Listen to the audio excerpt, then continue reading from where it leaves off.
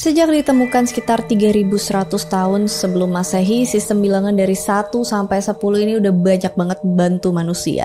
Dan kayak kalau disuruh sebutin penemuan apa yang paling berguna di sepanjang sejarah manusia, ya sistem angka ini sih. Tapi angka sendiri nggak terbatas sebagai konsep buat menghitung sesuatu ataupun buat menentukan nilai suatu hal.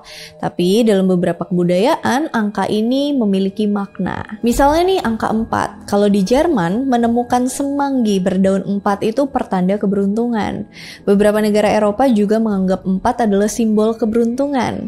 Beda lagi kalau di China. Di China sendiri penyebutan angka 4, shi, itu hampir sama dengan kata mati. Shi juga. Mohon maaf aku nggak tahu nadanya yang tepat. Pokoknya itu tuh sama gitu. Dan orang China jarang membicarakan kematian dalam sehari-hari karena dianggap membawa sial. Makanya beberapa gedung di China itu tidak punya lantai keempat. Sebenarnya di Indonesia juga ada sih, banyak juga gedung yang nggak ada lantai 4 atau kamar-kamar hotel atau apartemen yang nggak ada angka 4-nya. Kalau di Jepang juga sama, angka 4 itu dianggap bawa sial, sama kayak angka 9 yang kadang-kadang disebut ku, yang penyebutannya sama dengan huruf kanji ku yang artinya penderitaan. Terus yang familiar itu, dan mungkin sebagian dari kalian udah familiar, adalah mitos tentang angka 13 sebagai angka sial. Biasanya nih, lantai ke-13 itu nggak ada, dan kursi penumpang ke-13 itu dilompatin langsung ke 14. Beda lagi kalau di China dan Italia. Di Italia, angka 13 itu dianggap sebagai angka keberuntungan dalam perjudian. Sedangkan di China, 13 adalah angka keberuntungan, yang berarti pertumbuhan yang pasti. Itu diartikan dari Google Translate.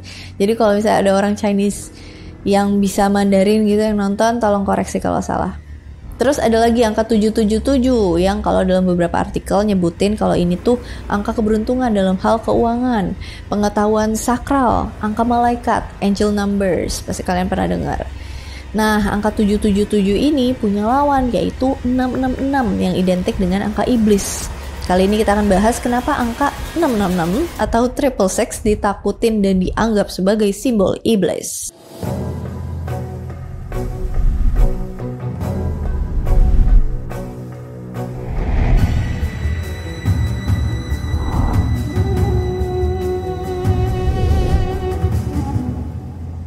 Dulu di Amerika ada sebuah jalanan yang bernama Route 666. Nah, pada awalnya jalanan ini bernama Route 660. Tapi karena urusan birokrasi dan segala macam, namanya kemudian berubah menjadi Route 666 pada tahun 1926. Route 666 membentang dari kota Monticello, Utah, sampai ke kota Gallup, New Mexico, yang jaraknya sekitar 321 km. Ini hampir sama jaraknya kalau kalian dari Jogja ke Surabaya lewat tol. Jalanan Route 666 ini dikenal sebagai salah satu wilayah berhantu di Amerika. Soalnya di jalanan ini ada banyak banget penampakan aneh, banyak orang kecelakaan dan macem-macem. Bahkan Route 666 dapat julukan sebagai The Devil's Highway, Highway to Hell, atau Satan's Highway, yang intinya jalanan setan atau jalanan ke neraka. Dikutip dari artikel Washington Post tahun 1995, disebutin kalau di jalanan itu sering banget orang-orang jadi pingsan, jatuh, bahkan kecelakaan saat lewat di sana. Lalu pada musim semi tahun 93, ada sebuah penyakit misterius yang menyerang orang-orang yang tinggal di sepanjang jalanan itu. Korbannya itu para remaja-remaja yang sehat dan atlet-atlet yang tinggal di situ. Dan hal ini makin memperkuat mitos kalau Route 666 ini beneran jalan setan. Menurut mitos orang-orang daerah itu, berbagai macam kejadian kecelakaan dan penyakit misterius ini disebabkan oleh beberapa faktor. Yang pertama, karena di Route 666 itu ada terdapat 2 tempat yang dikeramatkan oleh penduduk asli Amerika, Navajo, yaitu Gunung Suci Shiprock yang letaknya di New Mexico dan Gunung Ute di Colorado. Menurut legenda orang sana, Shiprock ini dulunya adalah burung besar yang sering ngantar orang-orang Navajo balik ke rumah mereka. Setelah itu burung itu istirahat dan jadi gunung. Kita bahkan dilarang buat naik ke puncak gunung Shiprock karena dipercaya bisa ganggu arwah para leluhur orang-orang Navajo. Orang-orang Navajo juga percaya adanya skinwalkers yang mendiami beberapa area di sekitar situ. Skinwalkers adalah manusia yang bisa berubah bentuk jadi berbagai macam binatang kayak serigala, coyote, dan burung gagak. Next time aku bahas lengkapnya kali ya. Dinamain skinwalkers karena makhluk ini biasanya muncul di malam hari dan nyerang manusia buat ngambil kulit mereka.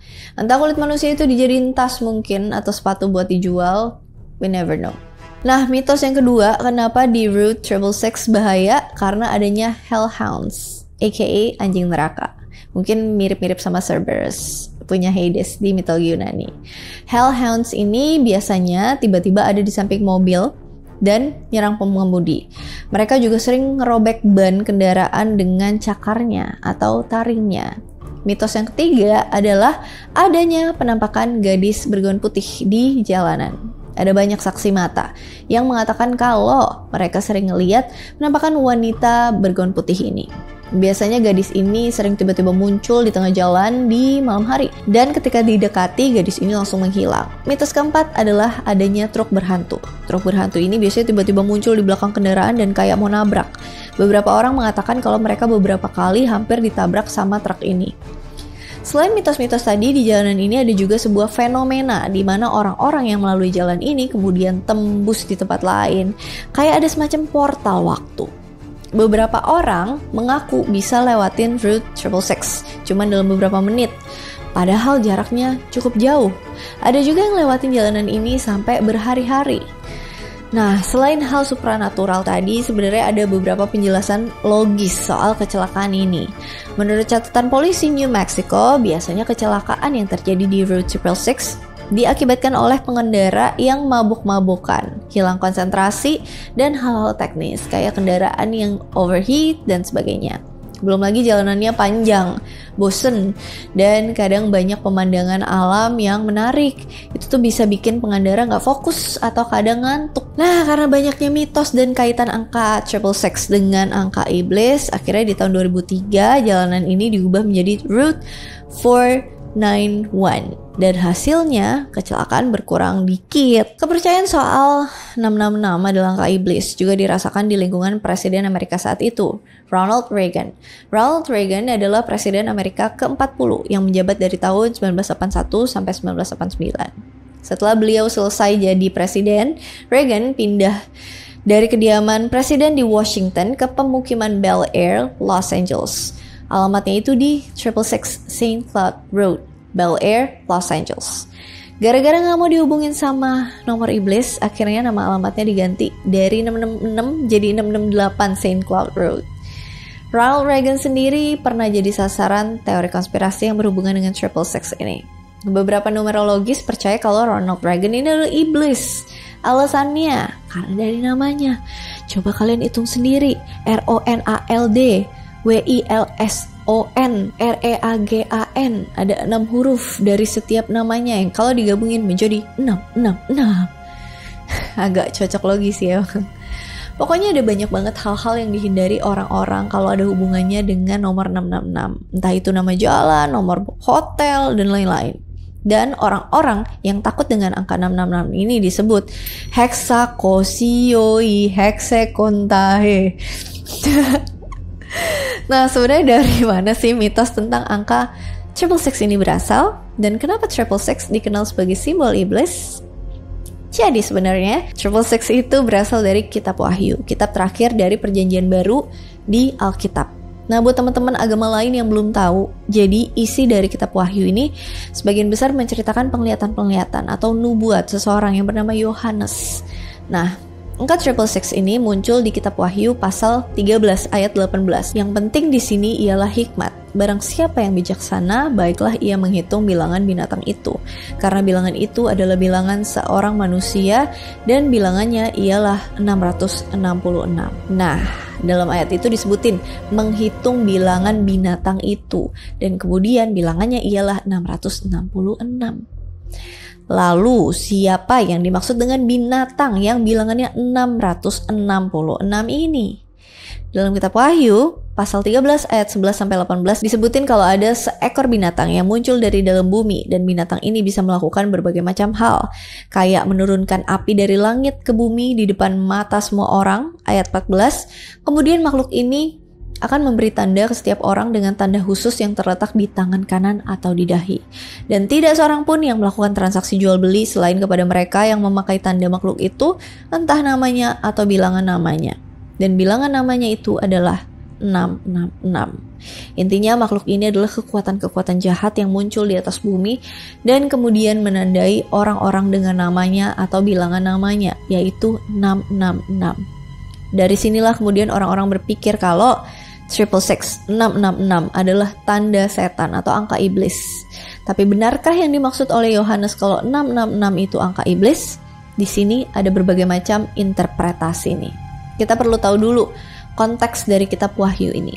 Jadi Yohanes menulis kitab Wahyu ketika orang-orang Kristen saat itu dalam kondisi teraniaya oleh pemerintahan Romawi sekitar 2 dekade terakhir abad pertama Masehi. Yohanes menulis kitab Wahyu dari Pulau Patmos di Laut Aegean, 100 km barat daya Efesus. Beberapa peneliti berpendapat kalau kitab Wahyu sendiri adalah cara Yohanes mengkritik pemerintahan Romawi pada saat itu yang sering mempersekusi orang-orang Kristen awal. Dan 666 adalah kode untuk penguasa Romawi saat itu, Nero Caesar. Kok bisa? Jadi zaman dulu ada yang disebut dengan gematria. Gematria ini semacam sistem buat menghitung nilai huruf pada suatu kata atau frasa. Istilah gampangnya, tiap huruf atau kata itu mengandung sebuah nilai. Nero Caesar dalam bahasa Yunani yang tercetak di dalam koin dan Nero Caesar dalam bahasa Ibrani, jika dijumlahkan maka hasilnya 666. Nah, mungkin ada yang nanya nih, kenapa harus ngambil referensi nama Caesar dalam bahasa Yunani atau Ibrani? Jawabannya karena beberapa ahli berpendapat kalau kitab Wahyu itu awalnya ditulis dalam bahasa Yunani. Dan ada juga yang berpendapat kalau itu ditulis dalam bahasa Ibrani.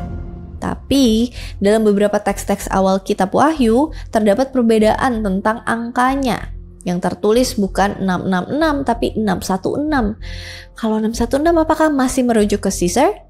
Jawabannya iya, karena penulisan Caesar Nero dalam huruf Latin itu kalau dijumlahin tetap 616. Nah, jadi beberapa orang berpendapat kalau 666 itu sebenarnya kode rahasia buat penyebutan si Kaisar Romawi yang pada saat itu berkuasa, Nero Caesar. Nero Caesar ini dianggap sebagai kaisar yang jahat, khususnya di kalangan penganut Kristen awal. Nero Caesar nggak segan-segan buat memerintahkan supaya orang-orang Kristen ditangkap dan dibunuh. Jadi sebenarnya menurut beberapa ahli, beast yang dimaksud yang memiliki tanda 666 adalah Nero Caesar. Seperti di kitab Wahyu pasal 13 ayat 18 yang tadi disebutin.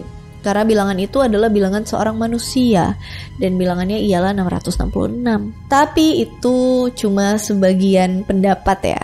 Sebagian orang percaya bahwa makhluk dengan kode 666 akan muncul di akhir zaman buat membawa kehancuran. Sebagian lagi berpendapat kalau 666 itu adalah kode untuk Kaisar Romawi kejam yang kelakuannya kayak iblis, Nero Caesar. Tapi satu hal yang pasti, orang-orang yang takut sama angka 666 ini disebut Hexacosio Hexecontahe. Thank you so much ya, writer Nim. Udah buat aku nyebutin ini lagi. Oke. Lama-lama aku jadi Hexio itu dah. Oke, itulah background dari angka 666 yang disebut dengan dan dipercaya dengan angka iblis. Gimana? Apa kalian punya pendapat lain? Komen. Kalau ada yang mau dikoreksi, please do correct me if I'm wrong. Kamu komentar. Mau request boleh juga.